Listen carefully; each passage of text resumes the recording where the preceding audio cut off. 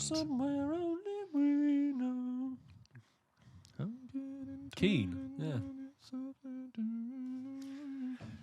So tell me when you're gonna let me in. I'm getting told and I need somewhere to begin. So have you ever been here? Why don't we?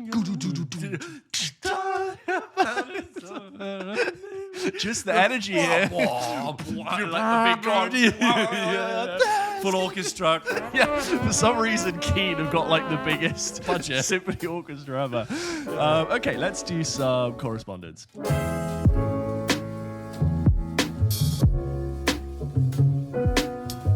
George, how's your holiday? I'm back from Italy. Yeah, it was lovely. Che bella. It was molto bene. I loved getting little voice notes from you, and it was like, James, I'm in Florence, ciao, and it was like the sounds of the piazza. Yeah. You know, the foreign sirens, and the sound of scooters, and it was wonderful. And do you ever? When I go away, I make like a playlist of music. Cool, that's you. But yeah, okay. Of course you do. I was going to ask, is that not something you do? I know.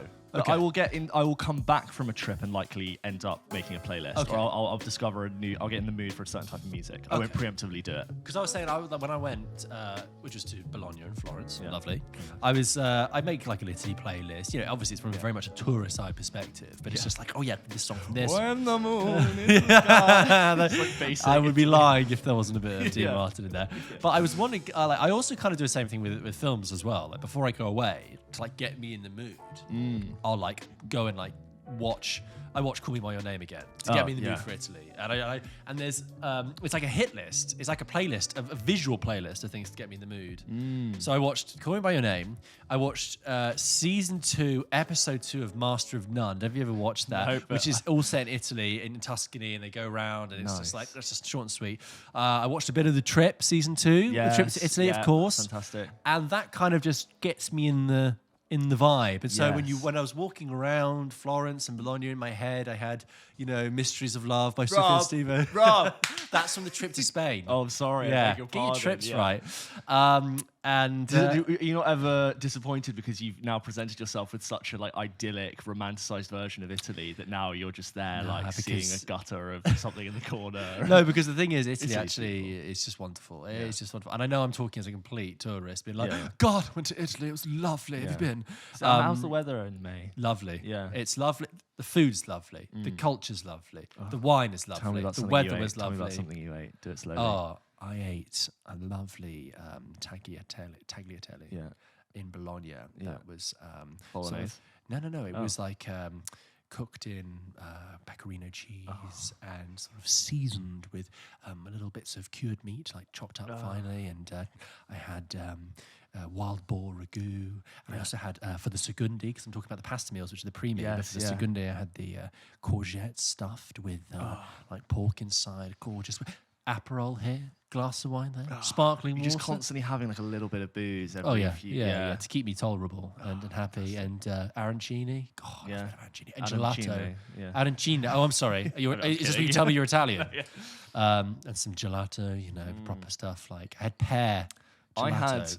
I had sorbet in Chinatown the other night, and I was like, it was like after dinner, and I was like, I feel like I'm on holiday. It was a kind of warm evening, and I just eaten dinner, and I just walking around with all the other tourists with this like ice cream in a little cup. Does that feel like holiday? And I was like, oh my god, try that one. I mean, look, I know it's fundamentally looking at it all from like a tourist eye view, but like whatever, like I'm okay. I want to walk around in my own head with the soundtrack of Call Me by Your Name on as I walk across several piazzas to palazzos. I watched, we already discussed this, but I watched Talented Mr Ripley over Christmas. Do you know what? What? Yeah. No. I was just going to say, because it was so relaxing and idyllic that I thought, when we found this wonderful square in Florence, and I thought any minute now, Kate Blanchett's going to come out and go, Dickie! Yeah. Dickie Greenleaf! And I'll have to be like, I have to go. Dickie Greenleaf! Oh my god! Yeah, you did. You rewatched Talented Mr. Ripley. Talented Mr. Ripley, and I just, rewatching that, I'm just thinking, I'm doing my life wrong. I'm thinking I'm doing it wrong. I'm not sociopathically following someone around from school who's not actually from my school, and just like hanging around their pretending to be them. fancy home. Yeah. I want Jude Law in like a white linen shirt to just teach me about culture and take me to jazz bars, and I want Philip Seymour Hoffman to be slightly suspicious of me. That film is hot. That film is really steamy. You know what I mean? Jude Law in that movie, I think that is his peak, unless I can think of a more attractive version of Jude Law. You mean peak is in his attractiveness? Yeah, I think he's a very good actor, but he looks very good in The Holiday. Let's just objectify him. Yeah, Right now, let's just forget all his acting qualities. Let's objectify him. He is smouldering in that. It's because he has like the blonde hair and the outfits are very much now what like modern fashion is trying to do. So it's kind of done a little bit of full circle with the sort of vertical striped polo shirts with the loose trousers and the loafers. Tailored but sort of like loose fitting. Yes. There's a shot where they walk through the arcade in Milan, which I can't remember the name of it, but they come out and obviously Matt Damon's all buttoned up and sort of like restrained. Yeah. But Jude Law's wearing this blue double-breasted suit, maybe linen jacket, over just a t-shirt, and he's got these white trousers on, I think, and he's got this fantastic hat, this fantastic wide brim hat. And he just looks so cool. And the whole thing is so smouldering. I call Talented Mr. Ripley. I call Talented Mr. Ripley Call Me by Dickie's Name. Right. Because it's another, like, it's set in Italy in the 100%. Summer. It's very smouldering, but it's suspicious. I love that film. And I wish I should have talked about that in the underrated films conversation, because that film really, it's rated, but I think people think I think people rate that as a 4-star film. That's a 5-star film. I could watch for the rest of my life, like every 3 to 5 years, and I think appreciate it every single time again as if I'm watching it for the first time. Even though I know how it ends, it's such an enjoyable ride that I think I could watch that 20 times in my life. The plot is so well written because it's Patricia Highsmith, so it's like very like thriller based, and it's so twisty and turny that there are so many beats within the story that you easily forget. Repeat viewing is really enjoyable. And the ending, which I probably should have talked about again. We could have talked about in different episodes, but when we talked about great ending, the ending of The Talented Mr. Ripley is so uncomfortable. And when you know it's coming as well, it makes like the last third of that film really, really just like, you're like, I really hope it doesn't. Because the whole point is that it shouldn't be going down that route, and it almost doesn't. And then something happens in that.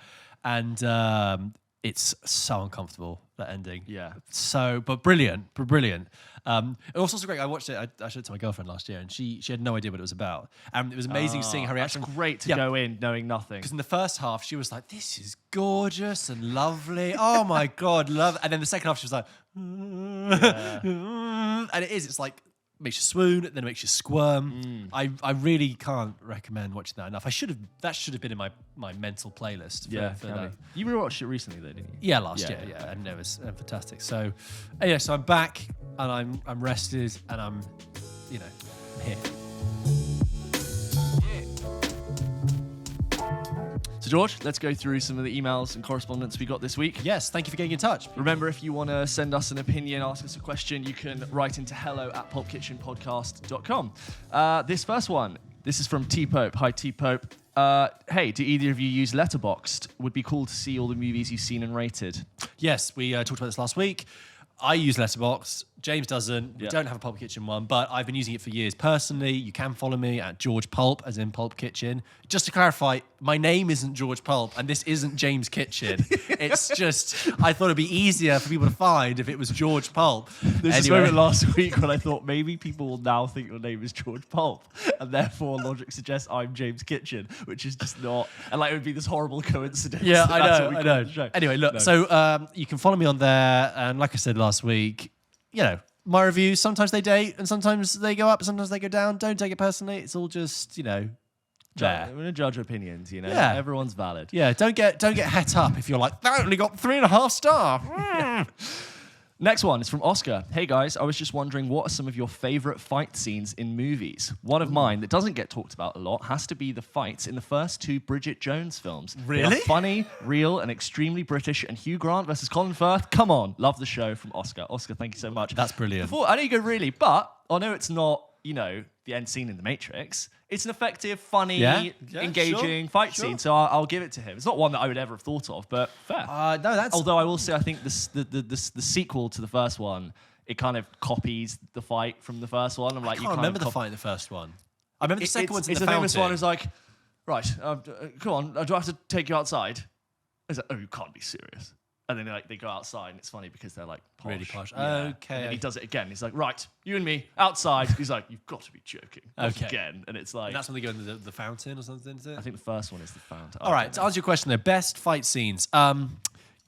Just reading off the top of my head, Matrix, obviously. Yeah, subway scene in The Matrix, because it's like amazing when he like turns around. And yeah. Like, what's he doing? He is beginning to believe. And it's also like they are actually doing it. They've actually trained to fight like that. Yes, yeah. The Raid is a 90-minute long fight scene. The kitchen scene in the Raid 2 is one of the most I've not seen Raid 2. Oh, yeah, just as good. And like the kitchen scene in particular, I think is my favorite of the Raid fight scenes. Right. And that is the most brutal, violent, I want to say it's like 12 minutes long of just unrelenting violence, but it's so good. Because that's the same guy who did Gangs of London. Did you watch Gangs of London? No. With the same approach is done with like where the fighting is choreographed to the point where it's like ballet. You know, when Yes, it is. And, It's like and a dance. Gangs of London I thought was a really mixed show. I think it really, really lost itself by the end. But there are some exceptional fight scenes in that. Really excellent. I'd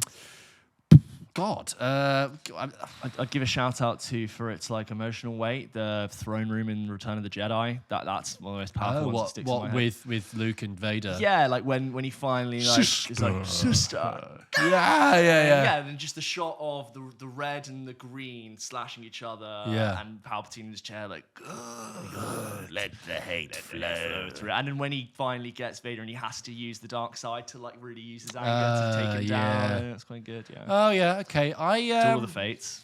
But I don't just all give it to all to Star Wars. It's kind of obvious. You have put me on the spot here. Yeah, I know. Hello. I just wanted to write in and say, firstly, great show. I've been enjoying the topics you've covered so far and the tangents the conversations have taken. I just want to add my 2 cents to the conversation of underrated and unseen films and suggest Adam Wingard's 2011 film, You're Next. Right, in recent years, he's gone on to direct VHS 1 and 2, The Guest, and big-budget Godzilla vs. Kong. But You're Next defied my expectations and went from being just another 90-minute horror home invasion flick to a smart and sharp film where the audience roots for the protagonist who is able to demonstrate intelligence under pressure. Plus, it has a brilliant final act twist. So go watch it if you haven't. That's Joe from Wiltshire. I haven't seen most of those now I know films. there's a twist coming. Now you know there's a twist coming. Thanks, Joe. No, I'm kidding. But about Your Next, I have heard really good things about that. I haven't seen it. I have seen The Guest, and look, I think this might have been a victim of the time I saw it or whatever, but that got a lot of love. I really didn't connect with that. I thought The Guest just failed to be anything, even though it was trying to be a comment on like that kind of B-movie thing. I felt it was just as, poor quality as those B-movie stuff. In my defense, I saw it in an empty auditorium with just me and my mum. Like we were at the back row, just empty, and we watched this thing, and it just didn't work. But that was like 7 years ago. Look, I have this thing, by the way, and it's a hard rule with films. I think any opinion on a film is only valid for 5 years. So whatever film it is you're talking about, if you haven't seen, if it's been longer than 5 years since you've last seen it, then it's up for renewal. It's up for debate. Fair, because I oftentimes will say, yeah, but I haven't seen it in a long time, Yeah. so therefore I catch myself automatically doing that in a way. Exactly. Yeah, So if people say like, you and I talk about, Steve Jobs was really underrated, but actually I haven't seen that since 2015. So that's nearly 7 years ago. My opinion might have changed now. So I do think that 5 years is the limit on an opinion. Fair. I'm not going to challenge that because I can't prove you wrong at the moment. Quick one from Daniel, who says, also, was listening to your podcast at work today, and I have to say Chronicle is an underrated superhero movie. I think fair enough. I think Chronicle's decent. Yeah, Chronicle is decent. I remember them really just about getting away with the found footage kind of element in there. Yeah. Really pushing when it. There's some scenes that are being filmed. I'm like, I don't know why that would be filmed, but I guess here we are. And that's Michael B. Jordan, Dane DeHaan, and some other guy. I can't remember the name. But then that was Josh Trank, who had so much promise, and then went on to do Fantastic Four, which was huge disaster. Basically, it upturned his career, and he got kicked off. He didn't even get to finish the film. I don't think. Josh Trank, I don't think he got to finish it because it was that acrimonious. And then he did this film called Capone with Tom Hardy, which got like slithered out very quietly onto Netflix during lockdown. So I didn't get very good reviews. So it's like it's always a shame. I mean, the one to come out of that is Michael B. Jordan, but I feel like it was also what year did Chronicle come out? 2011. It was sort of towards the time when found footage had blown up, and you had horror doing found footage, and you had lots of other things like Cloverfield, and I think there were trying to tie in the found footage format for lots of other different styles of films, and I think that's when people got a little bit tired of it, and people started asking, well, why is this being filmed? It didn't sort of make sense. It's implausible, Yes, yeah. Okay. This is a good one. Hello from Los Angeles. Hey, LA! LA. La La Land. La La Land. Love the show. City of Angels. Yeah. Hello from Los Angeles. Love the show. Miss the food. I made spaghetti and meatballs completely from scratch for Sunday dinner this weekend. I would have loved you to try some. While George shared his objectively wrong opinions on Spider-Man No Way Home, alas.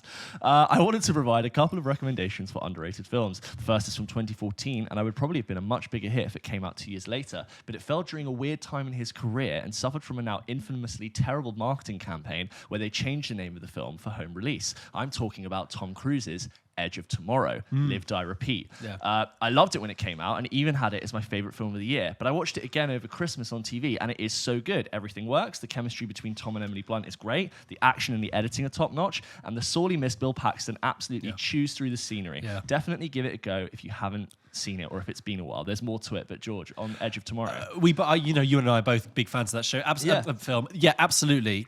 Very underrated. Yeah. I was annoyed about the title change because Edge of Tomorrow, it's fine. It's a fine title. It means as much or as little as any other film title. And Live, Die, Repeat is just worse. And now it's just annoyingly called Edge of Tomorrow or Live, Die, Repeat. That's all anyone says about that film is no one knows what to call it. What I really like, I think we've said this before in a previous episode, is that Tom Cruise is kind of useless for a lot of that film. And Emily Blunt is having to like slap him into shape and be like, come on. And he develops his like Tom Cruise-esque confidence as the film goes on. He does that thing where he walks into a room and I already know exactly what you're about to say because we have done this 24 times. And it's so, because Tom Cruise is so good at that. And I'm like, this is the kind of Tom Cruise I like to see when he like gets really confident. Fantastic invasion scene as they're coming over the channel. Great moments of humor. I will say that I think the final act was a little bit, I think it did sort of lose its excitement. And I was slightly switching off at the very end. It just got into this very dark underwater bit. And when was the last time you saw it? Oh, I want to say I'm just on the cusp of 5 years, but maybe you're right. There's a line in that I've always liked, which is when Tom Cruise is so confused and lost, and he's trying to, rationalize that. And he says to Bill Paxton's drill sergeant, he's like, "Sir, you're an American." And he goes, "Hell no, I'm from Kentucky." I always like that. Yeah, Bill Paxton, sorely missed. I agree with you. I've never thought about it, but when you say the editing, I think I agree. There are so many great ways that deals with his death and resurgence when he dies. It's like, and he wakes up and back, and there's like when he's really just like this terrified like officer in the beginning, and like the thing is the alien is like spinning towards him, and he's like, "Oh my god!" And it's just over, and you're like, you're straight into it. Just to clarify for people who don't know, it's that film where Tom Cruise there's an invasion stuck in a time loop. He gets stuck in a time loop where he wakes up. It's Groundhog Day. It's Saving Private Groundhog Day is what they called it. Anyway. He also went on to say, my second choice is a less underrated and more underseen film. Virtually no one has heard of it, but it's one of my favorite movies, and everyone I recommend it to love it. It's an Australian neo-western from 2010 called Red Hill. It stars Ryan Quanten from True Blood. If you've ever heard of it or seen it, here's the plot summary. A police officer from Sydney arrives at his new posting in a small country town of Red Hill with his pregnant wife. On the morning of the first day, a major prison break results in the escape of Red Hill's most infamous killer, who's on his way back for revenge. The town has hours to prepare. Oh, and by the way, there's a major storm brewing, and there's a panther on the loose. Great, why not throw it and a virus, and the aliens are coming too, and the volcano's about to blow. And Sam L. Jackson is in it. Trust me, it's worth your time. I'd love to know your thoughts. Trevor from LA, thank you so much. That's a lot. Yeah, thank you. I'll add that to the list. There's a lot to take in there. I will also recommend a late gem, which is What If, starring Daniel Radcliffe and Zoe Kazan. Yeah, I thought it was good. You don't like What If? No. I thought that was good. No. Why do you like What If? Out. What do you mean? I watched that recently, within 5 years. Oh, yeah. No, Man Up is much better. But What If is... I thought that was funny. What If is so like... it's just such a foregone conclusion. Like it's so contrived. It's such a foregone conclusion they're going to be together, and it's so contrived that their interaction. And this is the problem. This is why they're not. This is why they're not big in 2022. It's just, it's like they really can construe this overly difficult scenario, and she's just creative and in a rut, but like, I don't know. I enjoyed it more than a lot of the other ones that are coming out, but you don't see those anymore, especially with like Adam Driver in it. Whoa, yeah. Why don't you just tell her you love her? I just had nachos. That's the one. Yeah, that's the big clip. But yeah.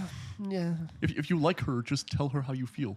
That's not a quote, but I just imagine that's how Adam Driver would say it. Thank you very much for writing into the show. If you want to write into the show, do hello@pulpkitchenpodcast.com. Sometimes we record, just by the product of us filming this with jobs, we record these sometimes quite late or quite early. So if you send us an email, it might not come out on the next episode that you receive, but wait an episode and maybe it will be the one after. So don't get disheartened. We will try and read your email. Thank you. Yeah.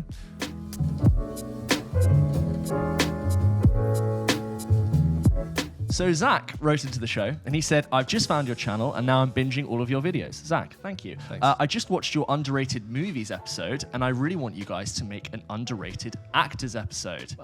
Zach, you're in luck. You are in luck because James and I have been talking about this quite a few times over the past few weeks. I think it was when we... particularly recently when we talked about Sebastian Stan as like an underrated actor, and then we found out online that loads of people. Oh my God, the Sebastian Stan fans are great. I think we got followed by 4 different like Sebastian Stan fan appreciation accounts who are like, love you guys, reposted our content. We stand for Sebastian. We do. And that got us thinking about underrated actors, and so James and I have put a kind of list together, and I think when we talk about underrated actors, you know, they might be in a lot. And they might even be in big films, but it's ones who are like just not valued for what they bring, or people who just don't know their names and aren't given the proper recognition. Or maybe they've been really good in lots of films, and you've not seen them have that really big thing that's come out of them yet, or. Yeah, because I've got a few which maybe you haven't heard of, or maybe I think you've heard of them, but maybe like if you're listening, you might have heard of them. But then I've got some that you're like, oh yeah, of course, that actor who's been in loads of films I know. But I'm like, I don't hear people going off about how good that singular performance was and how much it deserves recognition. And we know it's one thing to say to you guys, oh, this person's great, but if you're watching this, we're going to try and put up pictures of the person, because how often is it when you recommend an actor and you say, oh, it's this person? They go, I don't know. And then you show them the picture and they go, oh, that guy, he's been in loads. Yeah. So we're going to try and do that. You want to go first? I can go first. Yeah. Okay, so I'll go first. For me, when I think about an underrated actor, it's someone who's in a lot. And I watched, I told you earlier that I watched Call Me By Your Name, right? And the actor I'm talking about is Michael Stuhlbarg. Yes. Right? Yes. So I think most people will know him now as the dad in Call Me By Your Name, right? So I was watching with my girlfriend and she said, oh, who's the guy who plays his dad? And I said, oh, that's Michael Stuhlbarg. She was like, who is that? What's he been in? And I was like, he's been in a lot. But off the top of your head, you can't name it. It's hard to do. So Michael Stuhlbarg plays the dad. He's in Doctor Strange 2, by the way, for a scene. Yeah, and because he's in Doctor Strange 1 as well, just bizarrely, as wasted, completely wasted. But that's the thing, he's been in a lot. So you might recognize him if we put his face on the screen now. Yeah, we'll put faces of screens. But just to explain, so Michael Stuhlbarg is an actor. He's in his 50s now. He had a big history of being in theatre for many years before he was in film. He is a clear thespian, and he was very celebrated and worked his way, up through the ranks in the theatre world in the US. And then his breakout role was being in A Serious Man, which is this Coen Brothers film from 2009. And I remember at the time everyone going, Who's that guy? Michael Stuhlbarg? Never heard of him. And from then on, he's moved into movies, and he's actually been in a fair few. I'm just going to open his IMDb, and I just want to read out to you some of the many films that he's been in, because it'll make you realize how frequent he is on our screen. So going from A Serious Man 2009, he's in then things like Hugo, Men in Black 3, Seven Psychopaths, Lincoln, Hitchcock, Blue Jasmine, Boardwalk Empire, Steve Jobs, Trumbo, Arrival, Doctor Strange, Call Me By Your Name, The Shape of Water, The Post, The Looming Tower, and Dopesick, which I've just finished. And Doctor, him in Dopesick is great. Pain. I want to eradicate breakthrough pain and cure people's feelings. I present to you the 80 milligram pill. Keep pushing the doctors harder on the 80 milligram. And what do we know about Germany? Anyway, so that is an extract. That's really good, but I don't think people are going to know Well, this is that it, because I just finished watching Dope Sick, which is, as a side note, is one of the best TV shows Really I've good, seen yeah. in a long time, which is about the opioid and OxyContin epidemic in America. And Michael Stuhlbarg plays Richard Sackler, who was then like the head of Purdue Pharma and pioneered OxyContin and was very instrumental in getting this thing out across the US. And this show, by the way, is a whole collection of like underrated and stellar actors. You got rated actors in there like Michael Keaton, fantastic in this, and So Rosario good. Dawson. But then you also have actors like Will Poulter. Peter Sarsgaard, who just turns up in a lot of stuff, Caitlin Dever. And also a new actor I'd never seen before called John Hugenacker, who's just really good in this. He works with Peter Sarsgaard in it. He's the guy who talks, we got to get the Sacklers to flip. Yes, yeah. Anyway, so I was watching this and I was thinking, Michael Stuhlbarg is doing great. He's doing great at being villainous as Richard Sackler, but still grounded enough.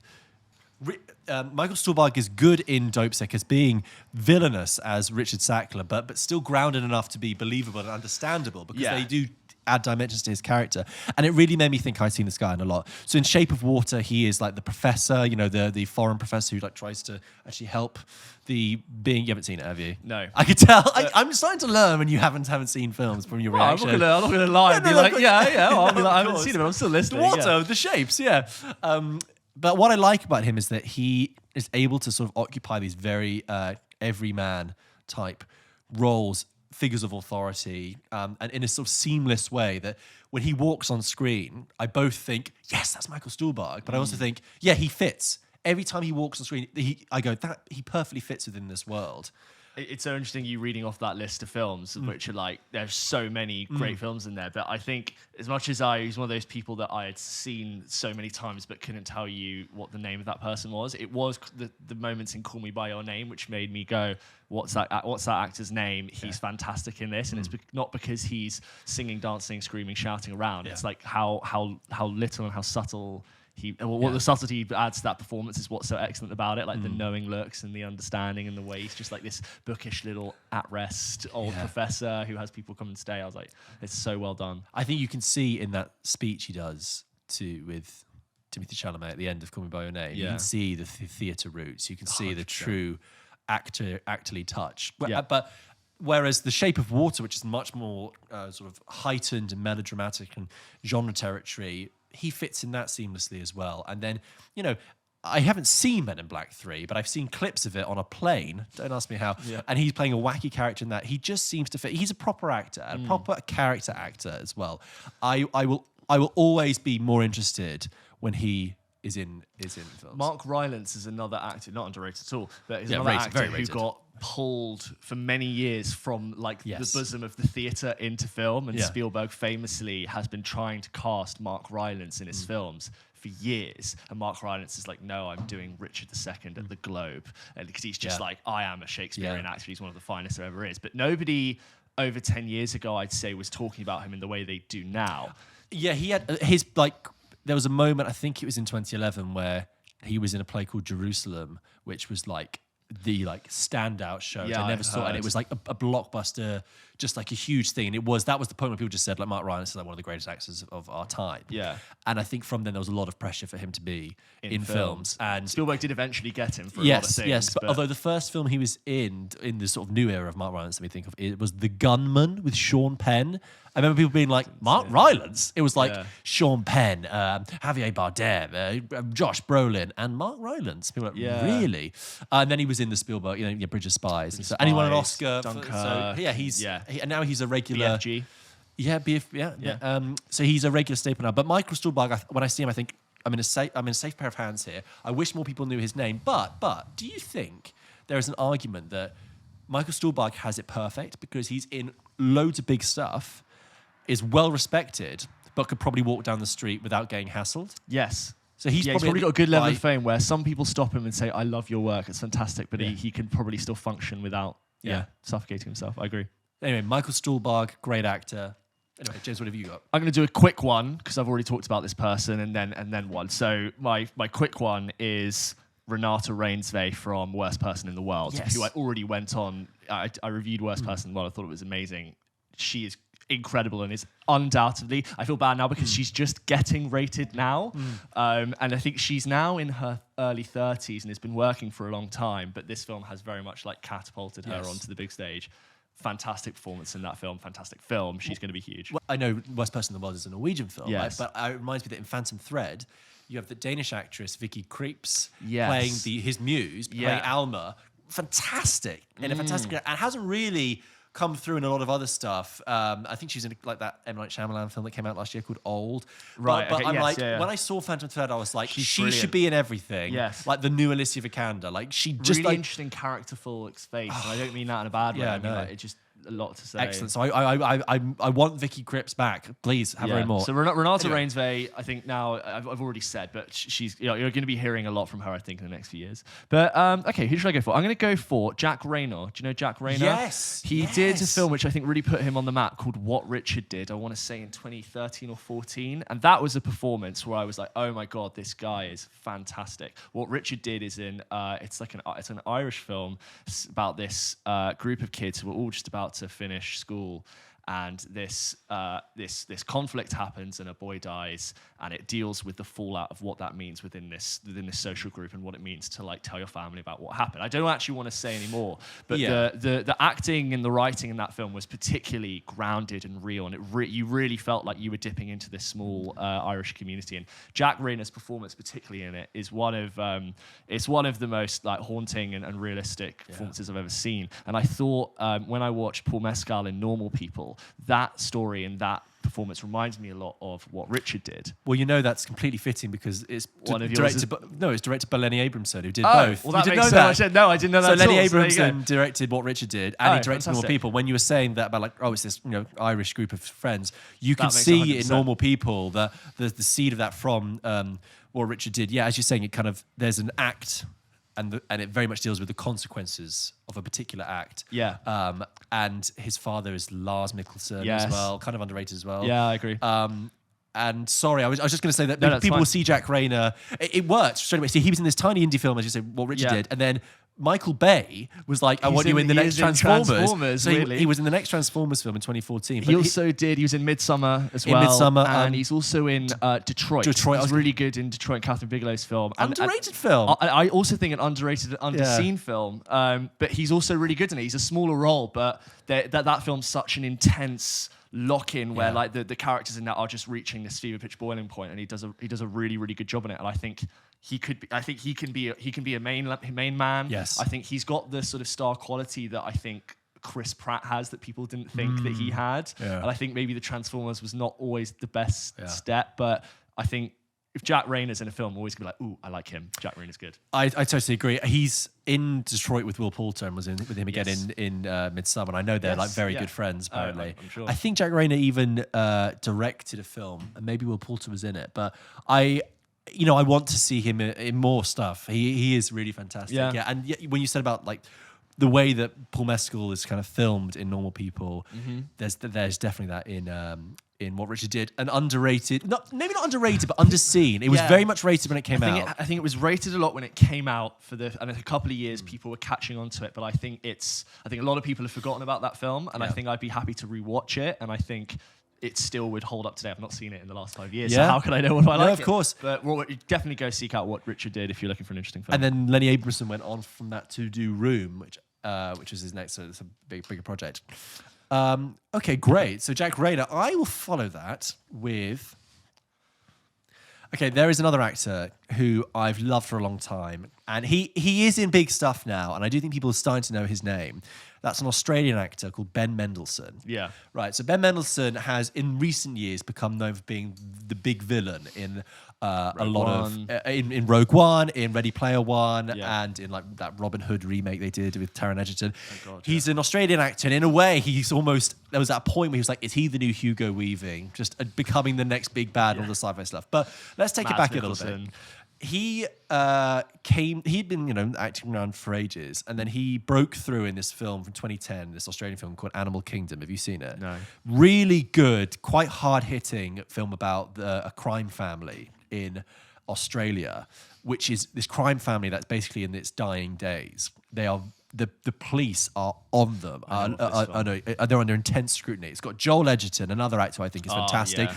I think Joel Edgerton is rated, so I don't think, rated, but fantastic in it. It's got Guy we Pearce. don't have like a direct metric for this. It's just No, I know. feeling, but, And it's also got Guy Pearce and Jackie Weaver, I think is where she kind of broke through from.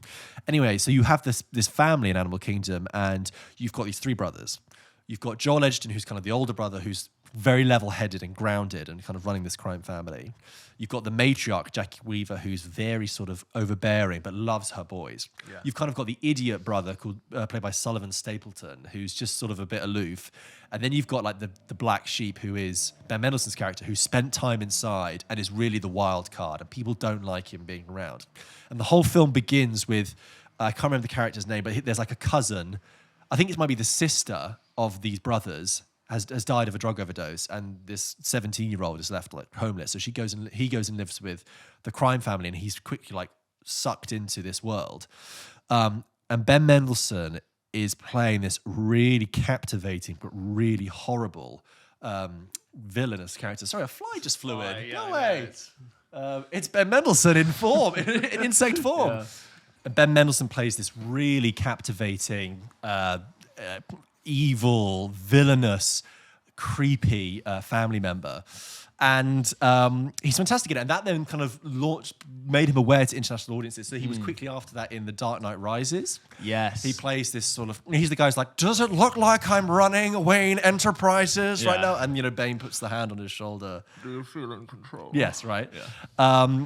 And then he was in a couple of other indie films. He was in Killing Them Softly, and he was in The Place Beyond the Pines. That was when he was doing those like crime, greasy head, dirty guy. Still Australian. Dirt under the fingernails. Yeah. And he was like, he'll always be there. Oh, well, if you want to do this, then fine. And then eventually make it up to Rogue One. But what I like is that, so he's clearly followed the villainous template. He did break away. He played the King George in Darkest Hour. But what I like is that having followed this villainous trajectory, he returns to being in a completely different form in this film called Baby Teeth, which is an Australian film. So he comes back to Australia 10 years later. This film called Baby Teeth, which has got Eliza Scanlon in, who was one of the other sisters in Little Women, who wasn't Emma Watson or Florence Pugh or Saoirse Ronan. And it's basically she's got terminal illness, and he's the father. And he is wonderful in it because he's not villainous at all. He plays the doctor. I think he's like just really struggling, and he's quite funny in it and really heartbreaking and warming. And when I saw that, I thought, you are a really complete actor. I love just watching you on screen, just seeing his face, and he has good humor. And he's also in this film called Mississippi Grind, which is fairly good. He plays a gambling addict with Ryan Reynolds. He's quite sad. He's got this gambling addiction. There's something really in there and really sort of hot and sparky about watching Ben Mendelsohn. So whenever he's on screen, I like him. Do you like Place Beyond the Pines? Do you know what? I haven't seen it. I have seen it 2 or 3 times. And even though I thought it was flawed, I do remember quite admiring its ambition for trying to be this sort of Greek tragedy, 3-act structure, kind of. When that thing happens, which is sort of halfway through, and it makes that shift, and you go, oh, I'm watching a different film now. Yeah. I thought that was kind of bold. And it was the first film that I remember thinking, this Bradley Cooper guy is actually pretty good, when he made an active decision, you can tell, to do interesting, different roles and not go down that thing. Yeah, I think it's a very beautiful film, but I think it's ever so slightly underrated. You done? Mm-hmm. Lovely. I'll do just another quick one, because this is a person we've mentioned ad nauseum, who's a very well-established, successful actor, but it's Michael Shannon. And I still think, even though he has been in many nominated films and many huge blockbuster films, that guy has a quality that no one else has. Yeah. And there's a specific performance of mine, which is his favorite, which is a film I know we already talked about before the other week, which is Revolutionary Road. And he plays a character. Have you seen Revolutionary Road? No, you haven't. Oh, you should. So he plays in this film where no one tells the truth and everyone's lying and trying to put up this pretense that everything's okay, and it's very like 1950s, we all must be good. He plays a character it's sort of implied that he has like a sort of Asperger's condition, and he's a sort of this crazy kooky guy who doesn't really work, but he's an older man who lives with his parents, and he comes into Leo DiCaprio and Kate Winslet's life, and his part of his character is that he can only tell the truth. He's incapable of lying and not saying exactly what he feels, and his entire performance just cuts through the whole film, and it forces tension on everyone else in that movie, and it's so good. And he's obviously good in everything, but I just wanted to highlight that specific performance, which I don't hear people talk about enough in Michael Shannon. I think it's one of his best. I agree. I just want to jump in as well because yes, he is Oscar nominated and he is rated as an actor, but I do think that people still, the casual film viewer is not aware of Michael Shannon, and he's really good in a film called Nocturnal Animals as well. Have you ever seen that? Yeah, with the as the detective. I wish Tom Ford would do more films. Yeah. I just think Tom Ford has such a unique and very floaty and arty way of telling a story, and I thought Nocturnal Animals was brilliant, haunting and very overindulgent. And completely and melodramatic. Great score, fantastic. Really good score. Yeah. And I think Michael Shannon's great in that. Aaron Taylor Johnson, I think, is one of my favorite performances I've seen him. It's just a really haunting, burns into the back of your retinas style film. But yeah, Michael Shannon, great. One I wanted to mention who I think is underrated is Janelle Monáe, who obviously was in Moonlight, which won the Oscar for Best Picture, but I don't hear enough people talking about Janelle Monáe, and I think she's been really good in the few acting performances she's done. She was in Moonlight, she was in a film called Hidden Figures, which wasn't amazing, but that was the one about it focused on the stories of 3 black women who were involved in getting the first US NASA spaceship into orbit. Yes.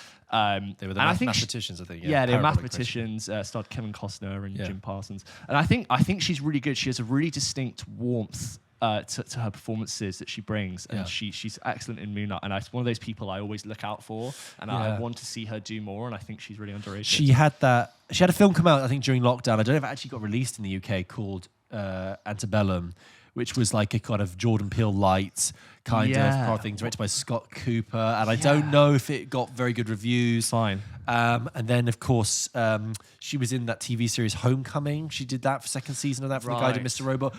Again, I'm not seen either. But yeah, I like it. Like with Justin Timberlake, I like it when musicians can go over and be actors, and you're like, could you do more? You're a really good presence. Really good, yeah.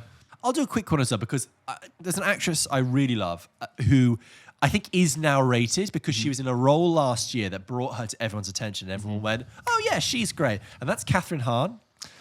So Catherine Hahn has got one of those faces you'll go, I've seen her in loads. She was in Bad Moms. She's in like stuff as far back as... She's in Revolutionary Road as well. Is she actually? Brilliant in that film. Okay, and she's in stuff as far back as... the first Anchorman, right? Yeah. Anyway, so... How to Lose a Guy in 10 Days. She's also brilliant in that. She's just in roles all the time. Yeah.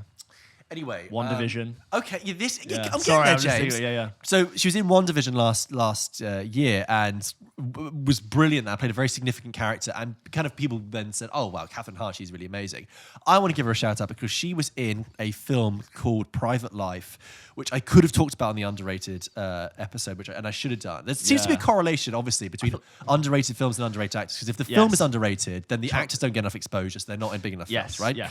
But Private Life is this criminally underrated film on Netflix, which it suffers from a really bad poster, but it's her and Paul Giamatti as a couple in their 40s trying to conceive and have a child. I remember you telling me about this, and I need to go and see It's just absolutely lovely, really funny, and really like beautiful and profound and sad and tragic and just so many things. And I remember thinking, I love actors who can just do comedy and tragedy. She's so versatile. Yeah, and in Bad Moms, she's very funny as well. So Catherine Hahn, huge shout out. But I wonder if this is too much, if you're going to say this actor is rated. Toni Collette. Yeah, in so many ways, very rated. Yes. And I think especially if you'd asked me 6 years ago, so I'd be like, so underrated. But I think now, especially, she's been starting to get rated. But she's definitely on the cusp. I do think that often when people talk about like great actresses, they're like Viola Davis and Cate Blanchett and Julianne Moore and even like Nicole Kidman. Meryl Streep. Of course, Meryl Streep. But I'm like, where is Toni Collette? Because... again, has been around for a long time. But she's been in loads of different roles. Yeah. If you want to look at Toni Collette's versatility, you go from something like Muriel's Wedding, which is what she started in, playing this kind of like cute but kind of like strange, insecure character, to then being in loads of films throughout. About a Boy. Yeah, about a boy. Yeah, just a Like Little Miss recently, Sunshine. Knives Out, Little Miss Sunshine. Yeah, and then, but the films that really stand out is Hereditary, where her performance is incredible and so haunting and so troubled. But there's this film that came out in 2020, the Charlie Kaufman film, I'm Thinking of Ending Things. Not a film I actually really liked, but her performance in that, where she basically, it's about a couple who go back to the boyfriend's parents' house, and it's like a psychodrama, and basically the parents, her and David Thewlis as well. David Thewlis was just incredibly creepy. So David Thewlis. They keep changing, basically. Sometimes they play younger versions of themselves, sometimes they play older. So Toni Collette's character is changing the entire time, a bit like she did in this TV series called United States of Tara, I think, where she played someone with multiple personality disorder. And you see her versatility in that, and I'm like, she's great, and she can do funny. She can do that's the key a lot of the times. If she can do funny, people can do funny, then that's it. So yes, I can see that Toni Collette is rated. You do feel like if you just were a filmmaker and you got told, well, we need to put Toni Collette in a role, I feel like I could put her anywhere and she would be more than good, like probably great. Yeah. She can dial it down or she can dial it up. So like in Knives Out, she kind of like just plays this sort of one-dimensional character, who's the kind of bitchy 100% sister. But I think we're probably late to the party on calling her underrated. But I just wanted to celebrate her anyway. Okay, I've got one for you. John Carroll Lynch. Oh, what a guy. It seems to be a theme of actors that we've seen for such a long time. And you might not know him by his name, but I'll put a picture up of John Carroll Lynch. I promise you recognize John Carroll Lynch. He's this bald white guy, like very unassuming, not like a Hollywood like good-looking actor, but always delivers in everything you put him in. Like he's in films like Zodiac, The Founder, most recently. Founder. He's in a film with Kristen Stewart about Guantanamo Bay. What's it called? Camp X-Ray. Never seen it. Camp but you X-Ray. Love it. I like Camp X-Ray. I thought that was a really solid short film. I think Kristen Stewart, it was like when Kristen Stewart was starting to get real recognition for her work, and he plays this like one of the chief officers in that film, and he only has a couple of scenes, but he finds a way every single time. He does this in his other films to just cut through dialogue. He's like, "Do you like it here in Guantanamo Bay?" And every time he talks, I'm always listening. He's always got my attention. And I think he's underrated because he does what a really good actor should, which is that he should just disappear into the role and he should blend into the walls. And that's often the parts he gets, but I think that's for a reason. I think it's because he's really good. But what we're basically talking about is the typical character actor. Yes. Who is not a leading man, who is there to be as never been a leading man, as far as I'm versatile, in all those things. John Carroll Lynch was on my long list, and he's been that guy for ages who I didn't know the name of, but I saw him everywhere. He was very good as well. Yeah, he was very good in The Walking Dead. Actually, he had I think it might have only been for one episode, but he had a huge part in this one episode in a flashback, and he was incredibly warm in it. And equally in The Founder, he's quite soft and polite and gentle. And he's got this Middle America look about him that is just you could put him in like an American Gothic painting, with a pitchfork or towing. He just looks like the guy who does immigration at JFK. Yeah, or just like the guy who like maybe runs the hardware store downtown. He's just got that look, wearing dirty overalls, perhaps, and wiping his hands, or like a police jacket, or just and he could play anything, and he just has that. And it sounds bad, but just that ordinary look, which is kind of sometimes what you want. You don't want someone to look. You don't want it to be like a Tom Ford film where everyone's like wearing designer with sexy hair done up. But do you know? It's funny how you're reminding me of other actors that are like maybe were on my long list, but there's another actor who I think is basically, if John Carroll Lynch is busy, they call this guy, or vice versa, and that's a guy called Bill Camp. Do you want me to wait until you see a picture of him? Yes, Bill Camp. Yeah. Bill Camp, same thing as John Carroll Lynch, looks very everyday American, and he's been in loads of, he was in Joker as one of the policemen. He was in The Queen's Gambit as the custodian that teaches her how to play chess. Yeah. And he is just got... he's in so much as that like small but significant character, in things that I go... And every time I see him, I'm like, oh, Bill Camp again. Yeah. He's in Dark Waters, a very good, very criminally underrated film. And you just reminded me of him. I mean, just quickly, it's one that we both love. Short, Paul Giamatti. You and I both love Paul Giamatti. I think he's rated. He is. It's the same reason why I didn't include Stanley Tucci. Yeah, fine. We're talking. Those are actors who have gone from character actors to leading actors, and have had the praise to follow them. I don't think those guys are underrated. I just think they're good in everything. They are. Yeah, we need to do good in everything because it's different to underrated. It's very different. Yeah. Yeah. Okay. Stay tuned for good in everything. So I'd like to give a shout out to an actor who I haven't seen in a lot, but it's cropping up in a lot of things now. Called Brian Tyree Henry. Okay. What's he in? Okay. Brian Tyree Henry is most famous for being in Atlanta, the Donald Glover show, right? As the rapper Paperboy.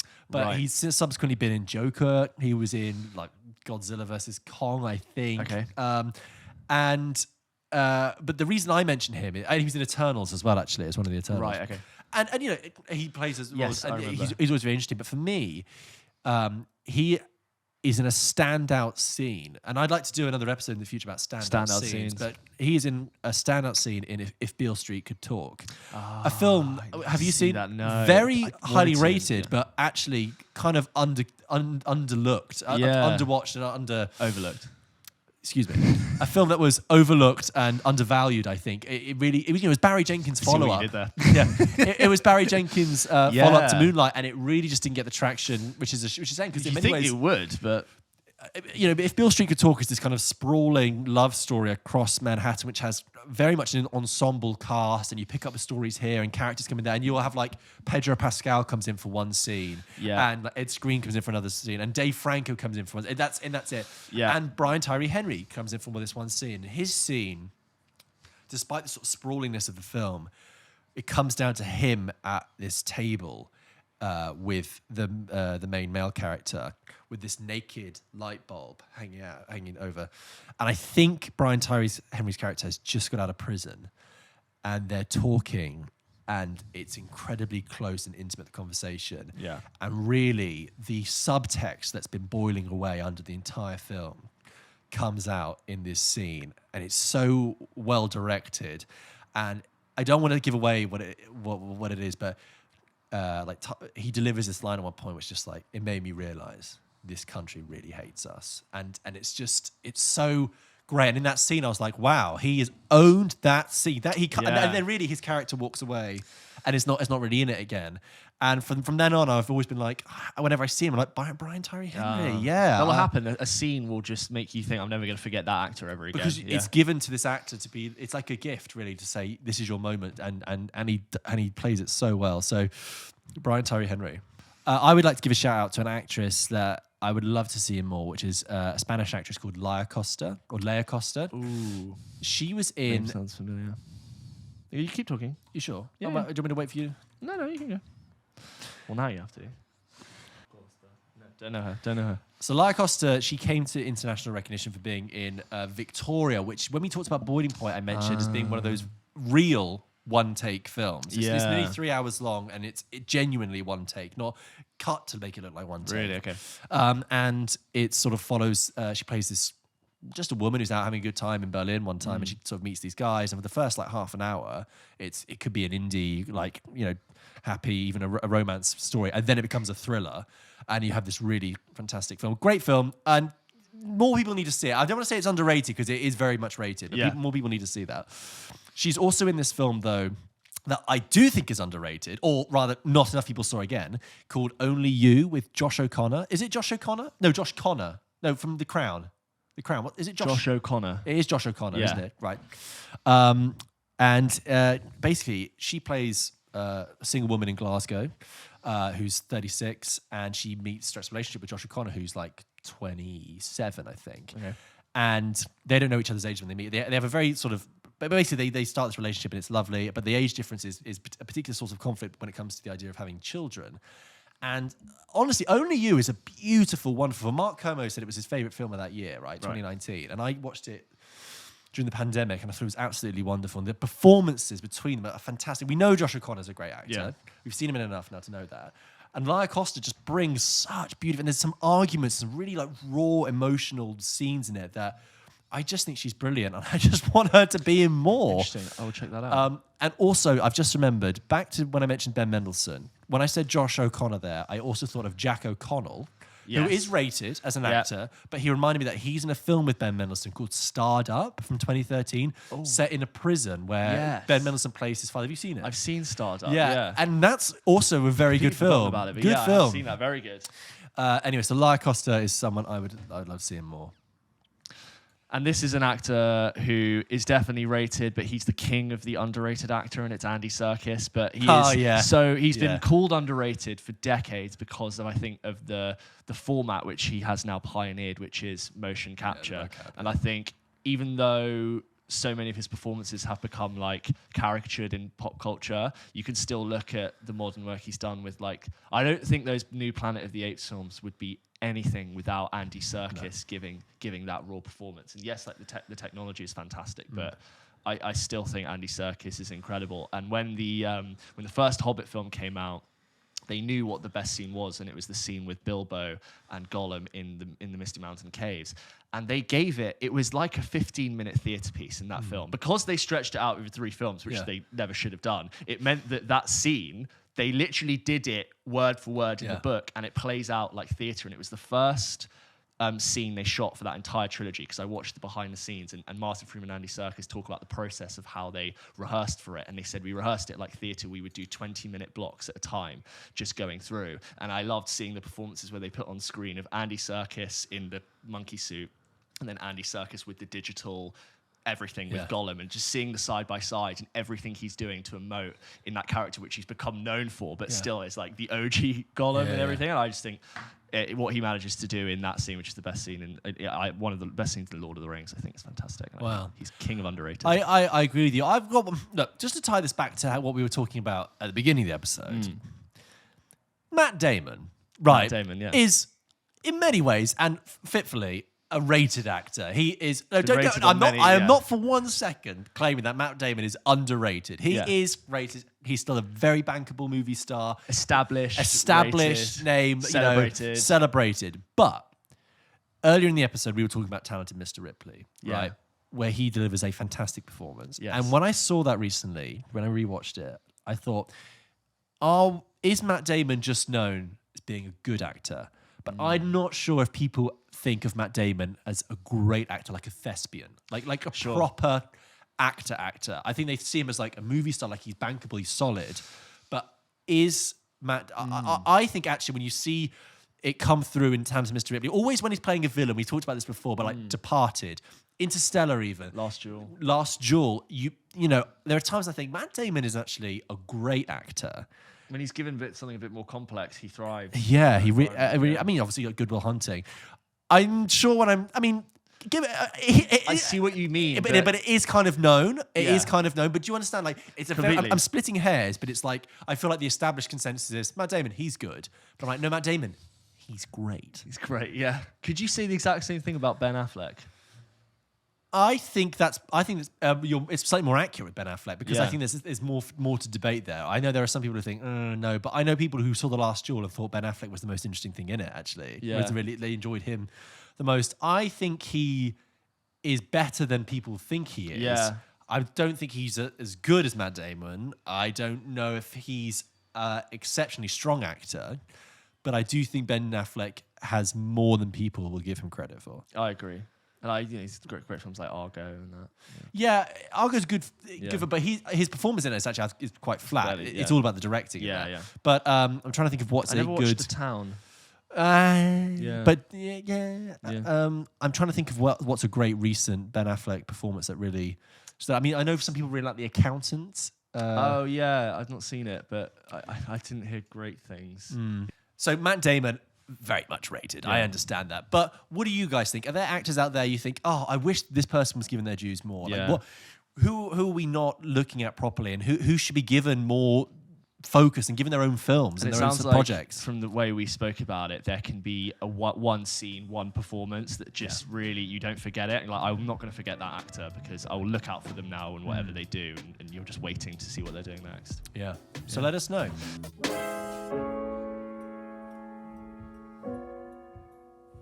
Okay, George, I've got a new game for you. Okay. So a friend of mine called Jacob took the popular game Wordle. Yes. You must know Wordle. You like try and figure out the word by typing in letters, and then it reveals itself to you. One puzzle a day. One puzzle a day, and he's done a twist / rip-off on that for movies. Okay. And the format is similar, but every day, obviously, the film changes. So you start with one clue, and then you make a guess, and then it'll give you another clue. Okay. And then you make it, and you have to guess the film before the time runs out. Okay. So this is today's film. I'm going to read you the first clue, and you just have to guess. And then after you guess, it will give you the next clue and the next clue until we figure out what it is. Okay, and what's this called? This is called Movieble. So it is just Brilliant. a Wordle ripoff. Okay. So I'm going to leave a link to this game down below if you want to play. It's really good. If you love Wordle and you love films, this is for you. So the first clue is released in 2008. So you just guess any film. Suburbia, Body of Lies. Guess one. No, guess one. Oh. So we're going to put it in. How many characters am I allowed? It doesn't matter. Doesn't matter. Just guess. It's a Body of Lies. So It's the first 2008 film that came to my head. So that wasn't it. So a gross box office of 585.1 million. Hancock. Gonna put in Hancock. Oh no! No. Okay, hold on. I know what it is. With the character Christine Everhart. Oh, hang on, Christine Everhart. Oh, that rings a bell. That's because I was gonna say. What were you gonna say? You thought you'd figured it out. I thought it was gonna be Dark Knight because it's 2008. Yeah, that would have got more. Christine Everhart. I don't know who Christine. That rings a Everhart bell is. though. Christine Everhart. Yeah. I'm just gonna reel off films that came out in 2008, maybe. Okay, yeah, go for it. Have you figured it out? Pineapple Express. Ooh. Should we put it in? Yeah. Okay. That could have made 585 million. No, featuring Paul Bettany. What 2008 film, Paul Bettany? There was a Paul Bettany. 2008. It's Margin Call 2000. No, that's 2011. I was going to say Match Point, but I think that's 2007. Oh, no, Wimbledon. He's not in Match Point. Sorry, that's the other tennis film. That's 2005. 2005. Yeah. 2008 film with Paul Bettany. Grossed 585.1 million with the character Christine Everhart.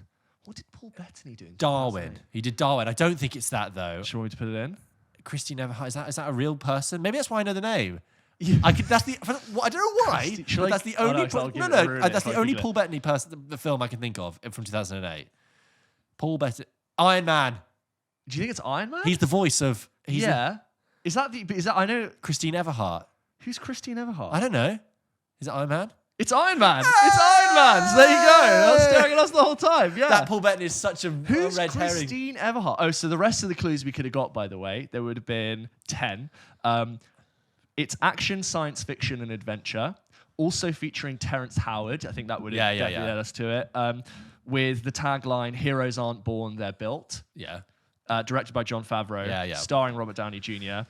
And then 10. After being held captive in an Afghan cave, billionaire engineer Tony Stark creates a unique weaponized suit of armor to fight evil. Is Christine Everhart? Is that a character name? I've got Christine Everhart. That really threw me. It made me feel like it was the name. Oh, she's like the blonde girl who Tony Stark sleeps with. As if she's the journalist who works for Vanity Fair before being employed as an anchor. So she's like, that's like a real niche minor character that threw us. Because I think we could have got. In my head, I thought Christine Everhart was the name of the female character in Dodgeball. Yeah, I don't know why. No, it's Kate. It's like, it is over between us, Kate. Nobody makes me bleed my own blood. Okay. There you go. Thank you. That was today's Wordle. So I can't have spoiled it for you because this will have been recorded a few days before. But go download Movieble. It's a great one for just sitting around, waiting around for a tube. Go download it. I'll leave a link below. Iron Man. Great. So there you go, guys. Thank you very much for listening to this episode of PULP Kitchen. Don't forget, we publish a new episode of this show every single Wednesday. Yeah, and throughout the week we also post plenty of other content, news, reviews, games, impressions, just lots of stuff happening, and you can catch it on our channels TikTok, Instagram, as well as YouTube and Spotify. And give us likes and subscribes. Please do subscribe. And give us subscribes. Give us subscribes. You know what I mean. We'll see you next week.